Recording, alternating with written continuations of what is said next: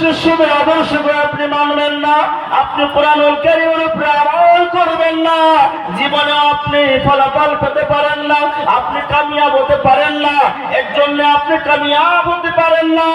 কোরআনকে আপনি তুচ্ছ মনে করেছেন, বিশ্ব নবীর শিষ্যদেরকে আপনি চালায় ফেলে দিয়েছেন, আপনি কামিয়াব হতে পারবেন না, আপনি ফলাফল পেতে পারেন না।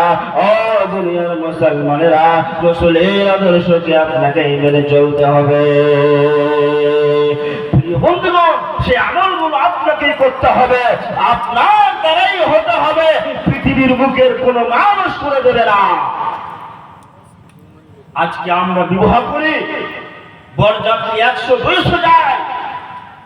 বন্ধুগণ, আমি গরিব দরিদ্র মানুষ, ফকির মানুষ, অনাহার মানুষ, তারপরেও 4 চাকা নিয়ে 10 কান 15 কান ভাড়া করে আমরা চলে যাই। প্রিয় বন্ধুগণ, বিশ্বনবীর বেটি ফাতেমা রাদিয়াল্লাহু তাআলা আনহা যখন বিবাহ হলো, হযরত আলী রাদিয়াল্লাহু তাআলা আনহুর সঙ্গে বরযাত্রী যায় নাই, আর অন্য কোন গ্রামের মানুষ যায় নাই। বিশ্বনবী আমার ছিলেন, মাত্র 5 জন মানুষ ছিলেন। যখন হযরত আলী এবং হযরত ফাতেমা রাদিয়াল্লাহু তাআলা আনহার বিবাহ হয়, কয়জন বললাম ভাইয়া? 5 জন মানুষ ছিলেন। একজন ছিলেন বিশ্বনবী জনাবে মুহাম্মদুর রাসূলুল্লাহ সাল্লাল্লাহু আলাইহি ওয়াসাল্লাম। দ্বিতীয় নম্বরে ছিলেন হযরত আলী রাদিয়াল্লাহু তাআলা আনহু। বন্ধুগণ, হযরত বিলাল রাদিয়াল্লাহু তাআলা আনহু ছিলেন। তারপরে আর একজন সাহাবী ছিলেন, আর একজন সাহাবী ছিলেন। 3 জন সাহাবী মসজিদের ভিতরে বসে বসে বিশ্বনবী 3-4 জন সাহাবীকে নিয়ে হযরত আলীর সঙ্গে বেটি ফাতেমা রাদিয়াল্লাহু তাআলা আনহার বিবাহ পড়িয়ে দিলেন, বন্ধন করে দিলেন। আজকে আমাদের বাড়িতে বেবরকতি কেন হয়ে যায়? আজকে আমাদের বাড়িতে নহসাদ কেন পয়দা হয়ে যায়? এর জন্য হয়ে যায় আমাদের বিয়া কিন্তু দুরুস্ত নাই, আমাদের বিয়া সঠিক পদ্ধতিতে হয় নাই। এর জন্য বন্ধুগণ, আমাদের বাড়িতে বরকত নাই, আমাদের বাড়িতে রহমতের কুণ্ডি নাযিল হয়ে যায় না, আমাদের বাড়িতে নুসরতের কুণ্ডি নাযিল হয়ে যায়। কোন একদিন এদেশে আকাশে কলেমার পতাকা দুলবে, সেদিন সবাই ইসলামী বিধান পেয়ে দুঃখ বেদনা ভুলবে, দুঃখ বেদনা ভুলবে। তাহলে আপনাকে বিশ্বনবীর আদর্শ মানতেই হবে, কোরআনকে ফলো করতেই হবে, নচিত আপনি বরবাদ হয়ে যাবেন, আপনি নাকাম হয়ে যাবেন। আমায় গাইতে দাও দয়াল, বাধা দিও না, মনের কথা বলতে দাও, জুবান বন্ধ করো না, মনের কথা বলতে দাও, জুবান বন্ধ করো না, আমায় আলো নিয়ে যাও, গুমরাহিতে রেখো না, গুমরাহিতে রইল যারা, বৈকুল হারাইল তারা। হেদায়েতের আলো দিও, হেদায়েতের আলো দিও, অন্ধকার রেখো না, অন্ধকার রেখো না, অন্ধকার রেখো না। জান্নাত হাজির করবে যখন, জান্নাত হাজির করবে যখন, খুশিতে মন ভরবে তখন। রহমান তোমার নাম আল্লাহ, রহমান তোমার নাম আল্লাহ, জাহান্নাম দিও না,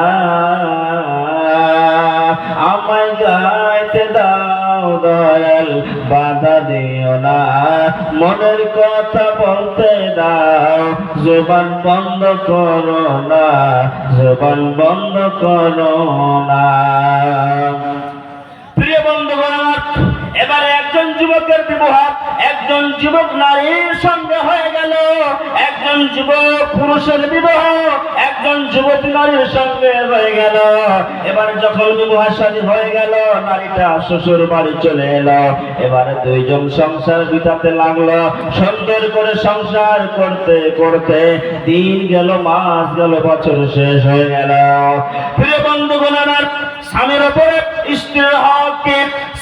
স্বামীর উপরে স্ত্রীর হক হলো ওই স্ত্রীকে স্বামী খাবার দেবে, ওই স্ত্রীকে স্বামী মহারানা দিয়ে বাড়িতে নিয়ে আসবে। আল্লাহ সুবহানাহু ওয়া তাআলা পবিত্র আল কোরআনুল কারীমের ভিতরে ঘোষণা করে বাজার জানায় দিলেন, ওয়া আতুন নিসা সাদাকাতিহিন্না নিহলা। ও যুবকেরা, তোমরা যারা বিবাহ করবে তোমার স্ত্রীকে মহারানা দিয়ে তুমি তোমার বাড়ির দিকে রওনা দিবে। মহারানা দিয়ে আমি আল্লাহ বিবির সঙ্গে আমি মিলামেশা করতে লাগলাম, উঠা বসা করতে লাগলাম, কথাবার্তা বলতে শুরু করলাম, সব হয়ে গেল। বন্ধুগণ আমার, তোমার স্বামী তোমার স্ত্রীকে তুমি খাবার দাও, তোমার স্ত্রীকে তুমি ছায়া দাও, ব্লাউজ দাও, তোমার স্ত্রীকে তুমি সুন্দর বাড়ি সাজায় দাও। দুঃখ দিও না, জ্বালা যন্ত্রণা দিও না। ও দুনিয়ার মুসলমানেরা, স্ত্রীকে দুঃখ দিলে জান্নাত হারাম হয়ে যায়।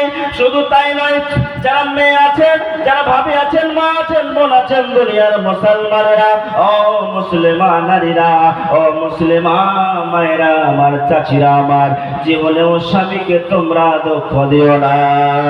তোমার উপরে দায়িত্ব রয়েছে তোমার স্বামীর, তোমার উপরে দায়িত্ব প্রথম হলো তুমি তোমার স্বামীর হেফাজত করবে, তুমি তোমার স্বামীর সদা সর্বদা খেয়াল রাখবে। মা বোন খালারা আমার, তুমি তোমার স্বামীকে সুন্দর করে রাখবে, কথাবার্তা সুন্দর সুন্দর বলবে, মিষ্টি মিষ্টি করে কথা বলবে।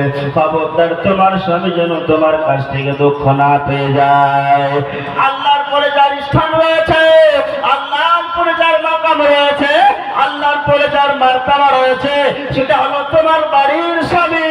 স্বামীকে হাড়ের মতো করে গলায় বেঁধে রাখবে। মা বোন খালারা আমার, আম্মা জানেরা আমার, স্বামীকে গহেনার মতন করে, স্বামীকে আপনার কেনা সোনা চাঁদের মতন করে, সুন্দর করে বাক্সতে যেরকম ভরে রাখে সোনা চাঁদি, সেই রকম করে তোমার স্বামীকে তুমি তোমার কাছে রাখবে। সুন্দর করে কথা বলবে, কথা বলতে বলতে তোমার স্বামী যেন তোমার কাছ থেকে দুঃখ না পেয়ে যায়। তোমার স্বামীকে তুমি যদি দুঃখ দিয়ে দাও মা খালা বোনেরা, তাহলে তোমার জন্য জাহান্নাম খানা হারাম হয়ে যাবে এবং তোমাকে আল্লাহ পাক জাহান্নামের মেহমান বানায় দেবে। প্রিয় বন্ধুগণ আমার, হযরত আলী রাদিয়াল্লাহু তাআলা আনহু এবং হযরত ফাতেমা রাদিয়াল্লাহু তাআলা আনহার সঙ্গে বিবাহ হলো।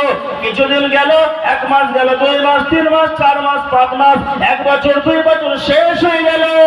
কথা বলতে বলতে হযরত আলীর সঙ্গে হযরত ফাতেমার গন্ডগোল হলো, কিছু কথা নিয়ে ঝগড়া হয়ে গেল। বন্ধুগণ, হযরত আলী রাদিয়াল্লাহু তাআলা আনহু ফাতেমা রাদিয়াল্লাহু তাআলা আনহার সঙ্গে কথা বলে না। ফাতেমা বলছে, আলী কি হয়েছে? তুমি আমার কাছ থেকে কি দুঃখ পেয়েছো, কি জ্বালা যন্ত্রণা পেয়েছো? আলী তুমি একবার বলে দাও না আমাকে। তোমার পা ধরে ক্ষমা চাইছি, তোমার হাত ধরে ক্ষমা চাইছি। হযরত আলী কথা বলে না, হযরত আলী কিঞ্চিত পরিমাণ কথা বলে না। ফাতেমা রাদিয়াল্লাহু তাআলা আনহা তিনি বলতেছিলেন, ও আমার আপনার কিনা স্বামী, ও হযরত আলী, একবার তুমি আমার সঙ্গে মুখ খুলে দাও।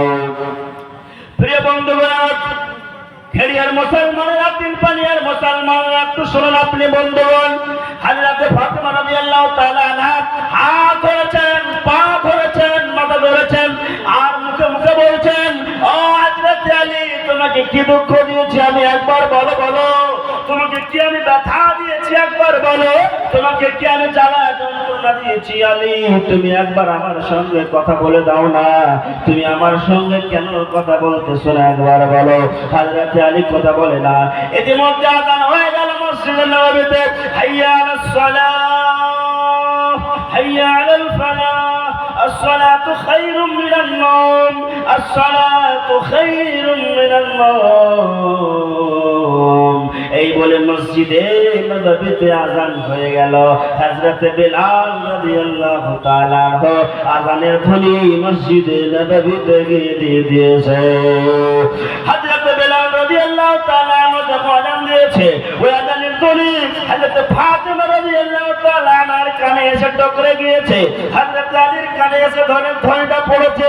ফাতিমা বলছে, আলী তুমি পুরো রাত আমার সঙ্গে কথা বলতেছিল না, এখন তুমিও নামাজ পড়ো আমিও নামাজ পড়ে সুন্দর করে ওযু বানায় হযরত আলী মসজিদে নববীতে গিয়ে নামাজ কায়েম করলেন। হযরত ফাতিমা রাদিয়াল্লাহু তাআলা আনহা ওযু বানায় নামাজ কায়েম করলেন। হযরত আলী নামাজ পড়ার পরে বাড়ির দিকে রওনা দিয়েছে। হযরত ফাতিমা রাদিয়াল্লাহু তাআলা আনহা বসে আছেন। আবার বলছেন হযরত আলীকে, হযরত আলী তোমার পা ধরে বলে আমার স্বামী, ও আমার প্রাণের স্বামী, ও আমার প্রাণের স্বামী জান, তোমাকে দেখে আমার দুঃখ লাগে। তোমার যদি আমি নাফরমানি করে থাকি তাহলে আল্লাহর লানত হবে, ফেরেশতার লানত হবে। দুনিয়ার যত মুসলমান রয়েছে, মুমিনা রয়েছে, ও হযরত আলী রে তুমি আমাকে ক্ষমা করে দাও না, আমাকে মাফ করে দাও না। হযরত আলী কথা বলে না। হযরত ফাতিমা চোখ দিয়ে পানি পড়তে শুরু হয়ে গিয়েছে। হযরত আলীকে বলতেছিলেন, ফাতিমা ও আমার প্রাণের স্বামী জান, ও আমার প্রাণের স্বামী জান, হযরত আলী তোমাকে এশার নামাজ পড়ার পর থেকে জিজ্ঞেস করতে লেগেছি, তুমি আমাকে ক্ষমা করে দাও, তুমি আমাকে মাফ করে দাও, তুমি আমাকে মাফ করে দাও। তুমি মাফ না করো, তুমি যদি মাফ না করো হযরত আলী, তাহলে যদি এখনই আমার মওত হয়ে যায় আল্লাহ আমাকে জান্নাত দেবেন না, জান্নাত খানা হারাম ঘোষণা করে দেবেন। জান্নাত খানা হারাম ঘোষণা করে হযরত ফাতিমাকে জাহান্নামের লোকরি বানায়া দেবেন, জাহান্নামের ইন্ধন বানায়া দেবেন। ও ফাতিমা, এইগুলো কথা বলতে বলতে ফাতিমার মন খারাপ হয়ে গেল। প্রিয় বন্ধুগণ, হযরত আলী রাদিয়াল্লাহু তাআলা আনহুকে ফাতিমা রাদিয়াল্লাহু তাআলা আনহা বলে ফেলতেছিলেন, ফাতিমা বলতেছিলেন, আলী একটু যেতে দাও আমার বাবার কাছে, বাবার কাছে গিয়ে আমি সাক্ষাৎ করে আসবো, বাবার সঙ্গে দেখা করে আসবো। মনটা যেন উড়ু উড়ু করে, মনটা যেন অকুশ উকুশ করে, আর ভালো লাগতেছে না, একটু আমাকে সুযোগ দাও না। বন্ধুগণ, আমাদের স্ত্রী যখন ঝগড়ায় কাপড় লাগাই দিই, তখন স্ত্রী বলে আমাকে যেতে দাও, ভাইয়ের মুখ দেখে আসি, বাবার মুখ দেখে আসি, মার মুখ দেখে আসি, এই বাড়িতে আর সুখ হবে না, এই বাড়িতে আর চিন্তা চেতনার কোনো আপনার টেনশন দূর হবে না। এই আমাদের স্ত্রীও বলে ফেলে। এমনি করে ফাতিমা রাদিয়াল্লাহু তাআলা আনহা বলে ফেলতেছিলেন, হযরত আলী তুমি 5 মিনিটের জন্য, 1 ঘন্টার জন্য, আধা ঘন্টার জন্য আমাকে ছুটি দাও, রুখসাত দাও, যেন আমি আমার বাপ হযরত মুহাম্মদ সাল্লাল্লাহু আলাইহি ওয়াসাল্লামের সঙ্গে সাক্ষাৎ করে আসব। প্রিয় বন্ধুগণ, হযরত আলী রাদিয়াল্লাহু তাআলা আনহু তিনি বলে ফেলতেছিলেন, ও আমার প্রাণের বিবি হযরত ফাতিমা রাদিয়াল্লাহু তাআলা আনহা, যাও যাও তোমাকে ছুটি দিলাম, রুখসাত দিলাম, তুমি তোমার বাবার সঙ্গে আমার শ্বশুর বিশ্ব নবীর সঙ্গে দেখা করে এসো। প্রিয় বন্ধুগণ, আমার এই কল্পনা করতে করতে ফাতিমা রাদিয়াল্লাহু তাআলা আনহা যখন এক পা করে বাপের বাড়ির দিকে রওনা দিয়েছে, বিশ্ব নবীর দিকে রওনা দিয়েছে, হযরত আলীর ব্রেনে একটা হাদিস ভেসে এসেছে। কি হাদিসটা রয়েছে?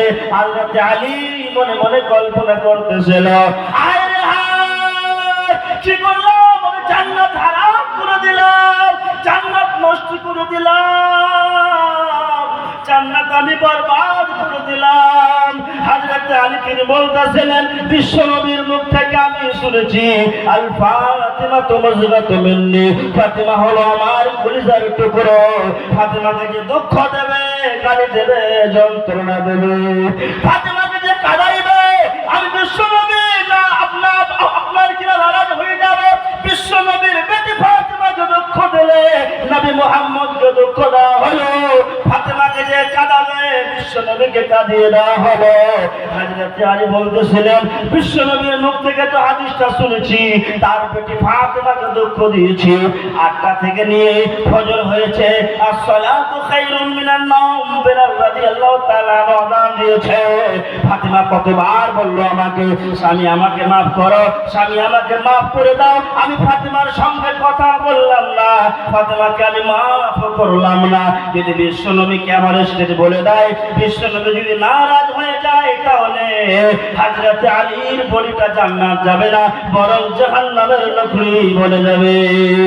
এই বলে বলে হযরত আলী রাদিয়াল্লাহু তাআলা আনহা, হযরত আলী রাদিয়াল্লাহু তাআলা আনহু হযরত ফাতেমার পিছনে পিছনে চলতে শুরু করলেন। যখন বিশ্ব নবীর দরবারে হযরত ফাতেমা রাদিয়াল্লাহু তাআলা আনহা গিয়েছেন, উপস্থিত হয়েছেন, আসসালামু আলাইকুম, ও আমার আব্বা, আপনাকে সালাম দিলাম। আব্বাকে বলতে শুরু করলো, ও আমার আব্বা, ও আমার কলিজার টুকরো আব্বা, ইয়া রাসূলুল্লাহ, ইয়া হাবিবাল্লাহ, আমার বিবি আমি ফাতেমা, আমার জন্য স্বামীজান হযরত আলী রাতের বেলায় কথায় কথায় কথন হয়েছে, ঝগড়া একটু হয়ে গিয়েছে। বারবার বললাম মালি মাফ করে দাও, আমার স্বামী আমাকে মাফ করলো না, আমার স্বামী আমার সঙ্গে কথা বললো না। আব্বা কি করা যায়, কেমনে করে সেটাকে আপনার কিনা সমাপনে দেওয়া যাবে? বিশ্ব নবীর বেটি ফাতেমা রাদিয়াল্লাহু তাআলা আনহাকে বিশ্ব নবী আমার জবাব দিয়ে ফেললেন, ও বেটি ফাতেমা, শুনে নাও, আজকে রাত্রে তুমি যদি মরে যেতে, আজকে রাত্রে তোমার যদি মওত হয়ে যেত বেটি ফাতেমা রে, তাহলে তোমার জানাজার নামাজ আমি বিশ্ব নবী পড়াতাম না। আমার মায়েরা, আমার বোনেরা, যারা আপনার প্যান্ডেলের ভেতরে মা আছেন, শুনুন, আপনারা শুনে রেখে দেন। যারা বাড়িতে যাচ্ছেন বা চলে গিয়েছেন বা রাস্তায় আছেন, শোনেন, স্বামীকে দুঃখ দিলে জান্নাত খানা হারাম হয়ে যায়। বিশ্ব নবী আমার বলতেছিলেন, ও বেটি ফাতেমা, তোমার যদি আজকে মওত হতো, তাহলে আমি তোমার জানাজার নামাজ পড়াতাম না, আল্লাহ পাক তোমাকে জাহান্নামের লকড়ি বানায় দিত। তার মানে এটা হলো স্বামীকে দুঃখ দেওয়া চলবে না। আল্লাহর পরে যার স্থান সেটা হলো স্বামী, স্বামীকে দুঃখ দিলেও চলবে না। স্বামী হাজার গালি দোক, স্বামী হাজার মারুক, স্বামী হাজার আপনাকে দুঃখ দোক, স্বামীকে স্বামী বলে মেনে নিতে হবে। প্রিয় বন্ধুগণ আমার, স্বামীকে দুঃখ দেওয়া লাগবে না, লাগবে না, লাগবে না। স্বামীকে হাতে দাঁতে সুন্দর করে আপনাকে মানতেই হবে। সন্দেহ বলে কোনো জিনিস নাই, বরং আপনি স্বামীকে এখন গালি দেন, স্বামী কোনো কাজ যদিও করে চলে আসে, বাড়ির ভেতরে যখন স্বামী রাতের বেলায় রাত 10টা যখন হয়ে যায়, মার্কেটে গিয়েছিল স্বামী, বাজারে গিয়েছিল স্বামী, বা কোনো গ্রামে গিয়েছিল স্বামী, যখন রাতের বেলায় স্বামী বাড়িতে আসে, তখন স্ত্রী বলে, তুমি কোন ভালো বারো, তুমি কোন মাগির মুখ দেখতে গিয়েছিলে, এখন রাতের বেলায় বাড়িতে রওনা দিলে, আমি আর তোমার জন্য খাদ্য রান্না করতে পারবো না, খাবার রেডি করতে পারবো না। এই কল্পনা, এই স্বল্পনা, এই কথা মেয়েদের মুখ দিয়ে বের হয়ে যায়। হোক না মেয়েদের, হোক না আপনার কিনা মৌলবীর স্ত্রী, হোক না মাস্টারের স্ত্রী, হোক না এমবিবিএস ডাক্তারের স্ত্রী, হোক না প্রধানমন্ত্রীর স্ত্রী, স্ত্রী সব একই। বন্ধুগণ আমার, মেয়েদের অভ্যাস সেটাই, মেয়েরা কোনোদিন সিধা হতে চায় না। প্রিয় বন্ধুগণ আমার, মা বোন আমার, জান্নাত যদি আপনি নিতে চান, তাহলে জান্নাতের মতন কাজ করেন। জান্নাত থেকে যদি বঞ্চিত হতে চান, তাহলে বিশ্ব নবীর হাদিসকে আপনি ছাড়তে পারেন। আল্লাহ রাব্বুল আলামিন ওয়াদাইনাহুন নাজদাইন, আপনাকে দুটো পথ দিয়েছে।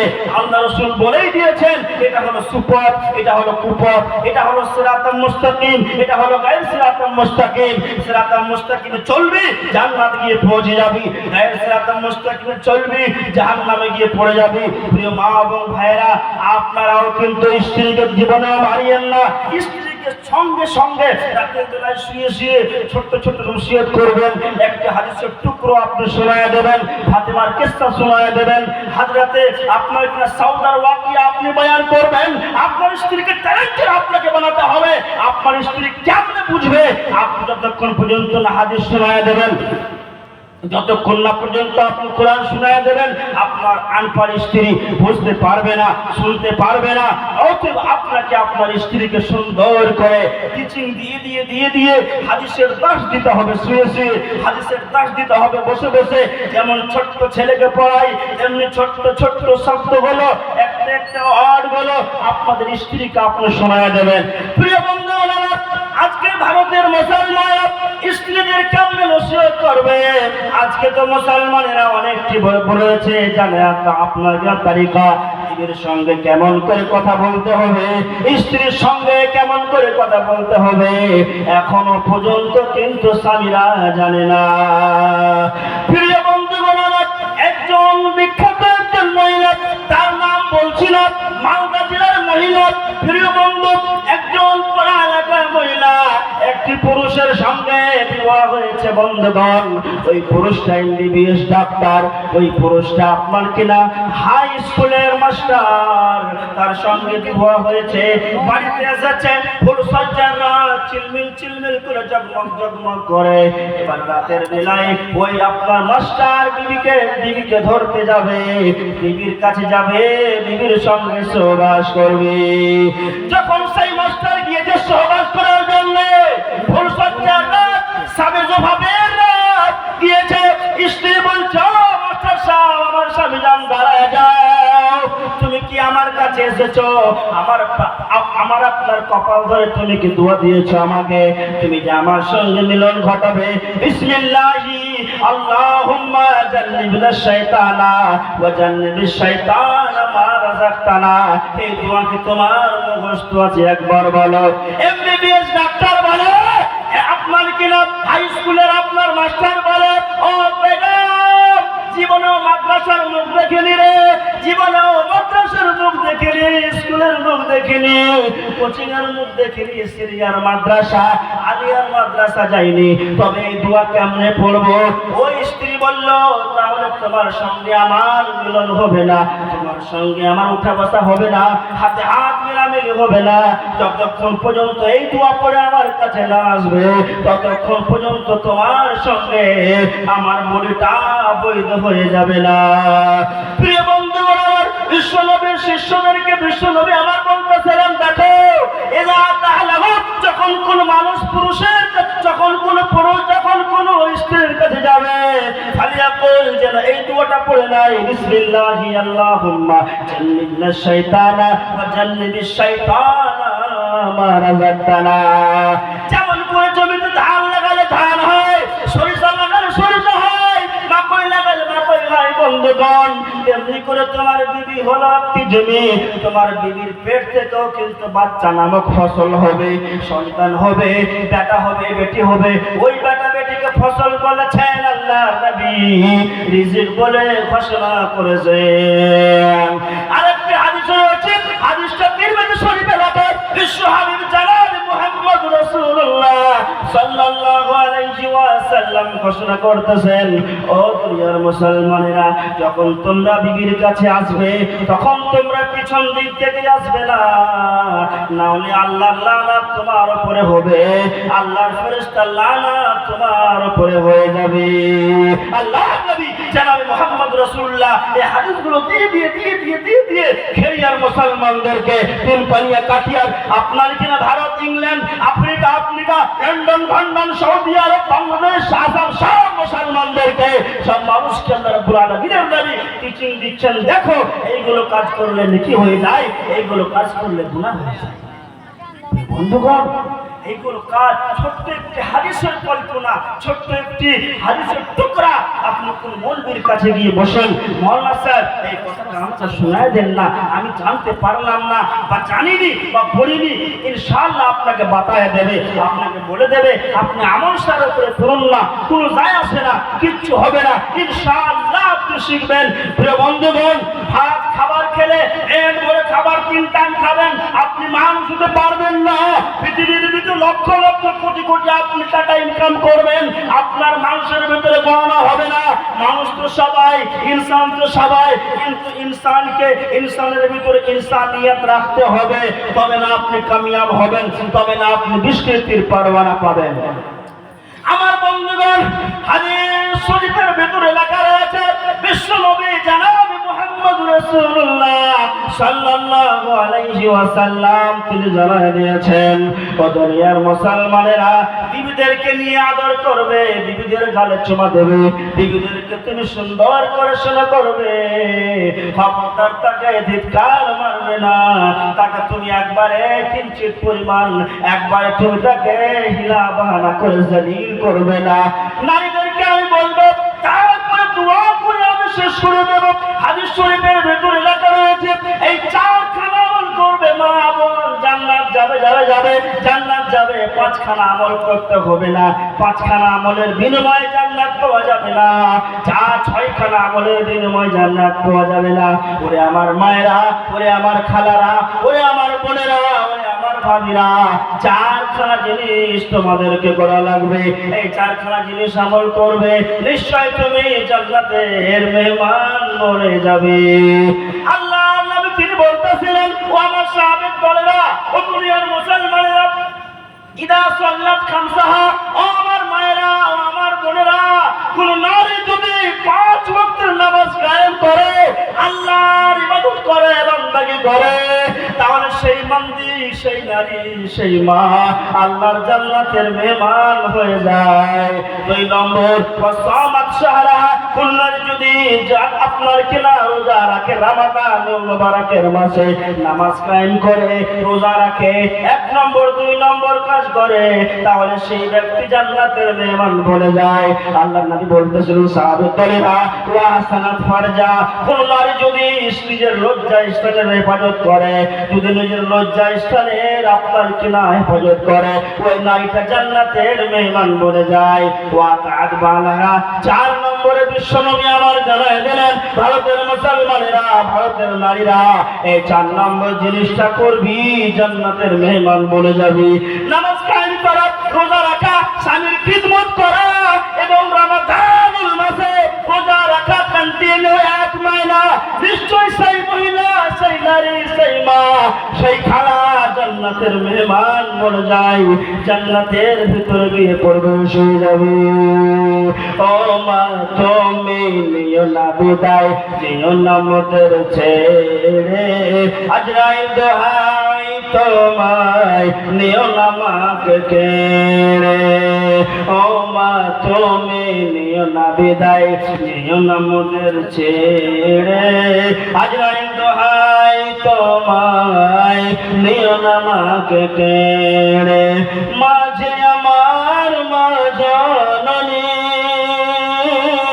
মাঝে আমার চোখের মনে, ও মা তুমি, ও মা তুমি নিও না বিদায়, যেও না মোদের ছেড়ে, আজরাইল দোহাই তোমায়, নিও না মাকে কেড়ে, নিও না মাকে কেড়ে। যাই হোক, সময় একেবারে অনেক হয়ে গিয়েছে, আর